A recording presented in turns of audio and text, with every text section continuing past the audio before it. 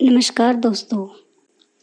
पेश है आपके सामने एक नई कहानी जिसका टाइटल है असली खुशी। नीलेश और कमल दोनों एक ही कक्षा में पढ़ते थे, पर दोनों के स्वभाव में बहुत अंतर था। जहाँ कमल शांत स्वभाव का था, वहीं नीलेश को हर समय कोई न कोई शरारत सूझती रहती थी। पढ़ाई में उसका मन ही नहीं लगता था। वहीं कमल पढ़ाई में अव्वल था। शिक्षक के हर सवालों का जवाब वह फट से दे देता था। नीलेश को इस चीज की तकलीफ थी। खुद पढ़ाई में ध्यान न लगाकर कमल के हर क्रियाकलापों की कॉपी करना ही उसका काम था। कैसे उसे पीछे धकेले और नीचा दिखाए, बस इसी चक्कर में वह हमेशा लगा रहता था।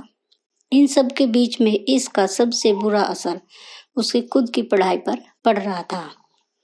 इसी तरह एक बार लंच टाइम में जब कमल थोड़ी देर के लिए कक्षा से बाहर गया, तो नीलेश ने उसके स्कूल बैग से विज्ञान की कॉपी चुरा ली, ताकि जब शिक्षक उससे कुछ पूछे तो वह जवाब देने की स्थिति में ना हो।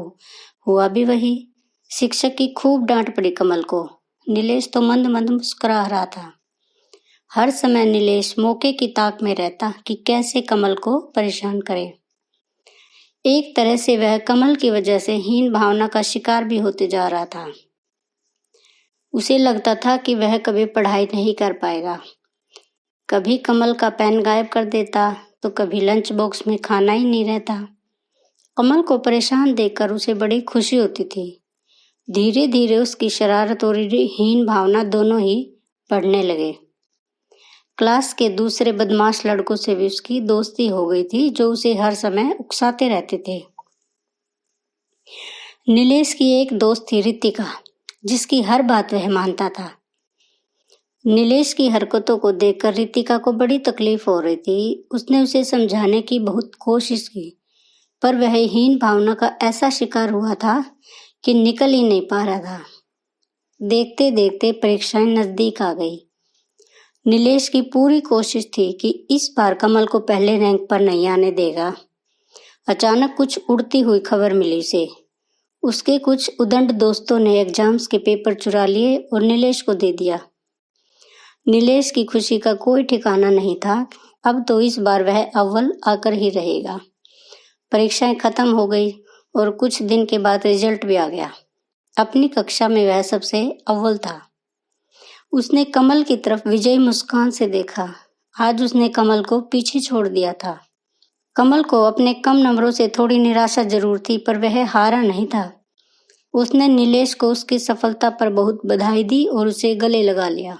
नीलेश असमंजस में पड़ गया। क्या करे क्या ना करे, अपने स्वभाव पर रोए या कमल की अच्छाई पर खुश हो। जिस लड़के को उसने परेशानी के सिवाय कुछ ना दिया था, आज वही उसे उसकी सफलता पर बधाई दे रहा था।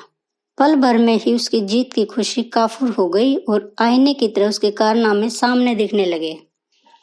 बेईमानी से लाई गई रैंक पर उसे बड़ी शर्मिंदगी हो रही थी।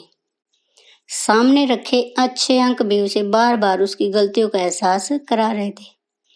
उसकी आंखों के कोरों से शर्मिंदगी के आंसू बहने लगे और अपनी गलतियों को सुधारने का मौका सूझने लगा। उसने मन में ठान लिया कि वह कमल से अपनी पिछली गलतियों के लिए माफी मांगेगा और शिक्षक के सामने अपनी चोरी भी कबूल करेगा, चाहे उसे स्कूल से निकलना ही क्यों न पड़े। तभी सर ने आवाज दी, नीलेश यहाँ आओ। तुम्हारी क्लास में फर्स्ट रैंक आई है। मैं तुमसे बहुत खुश हूँ। बताओ तुमने ये सफलता कैसे हासिल की।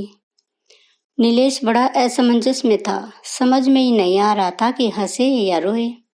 सामने मेज पर मार्कशीट पड़ी हुई थी, जिसमें हर विषयों में उसे सबसे अधिक अंक मिले थे, पर उसे वह खुशी नहीं मिल पा रही थी जो अच्छे अंक मिलने पर होती है। नीलेश दबे कदमों से ब्लैक बोर्ड के सामने पहुंचा। सर, फर्स्ट रैंक मेरी नहीं कमल की आई है। मैं आप सभी से माफी मांगता हूँ। मैंने चीटिंग की है। कमल को नीचा दिखाने के लिए मैंने पेपर आउट करा दिया था। सर, आप इसकी जो चाहे वो सजा मुझे दे सकते हैं। कमल, आई एम रियली सॉरी। मैंने हमेशा तुम्हें परेशान किया, पर आज तुमने ही मुझे गले लगाकर बधाई दी। और ये कहते कहते नीलेश की आंखों में आंसू आ गए। क्लास के सबसे शरारती बच्चे को इस तरह टूटता देख सब भावुक हो गए। रितिका और कमल फौरन उसके पास पहुंचे और उसका हाथ थाम लिया। स्कूल मैनेजमेंट ने भी नीलेश का पश्चाताप बेकार नहीं जाने दिया और पुनः परीक्षा ले उसे पास कर दिया। अब नीलेश समझ चुका था कि बेईमानी से पाई गई सफलता कभी खुशी नहीं दे सकती। असली खुशी ईमानदारी और सच्चाई के रास्ते पर चलकर ही पाई जा सकती है। सदैव प्रसन्न रहिए, जो प्राप्त है पर्याप्त है। नित्य याद करो मन से शिव परमात्मा को। तो दोस्तों, आपको यह कहानी कैसी लगी हमें कमेंट बॉक्स में लिखकर अवश्य बताएं। और यदि इस चैनल पर आप नए हैं तो चैनल को सब्सक्राइब और बेल घंटी को ऑन कर ले ताकि अगली वीडियो अपलोड होते ही सबसे पहले आपके पास पहुंच सके। तो मिलते हैं अगली बार एक और नई कहानी लेकर, तब तक के लिए नमस्कार।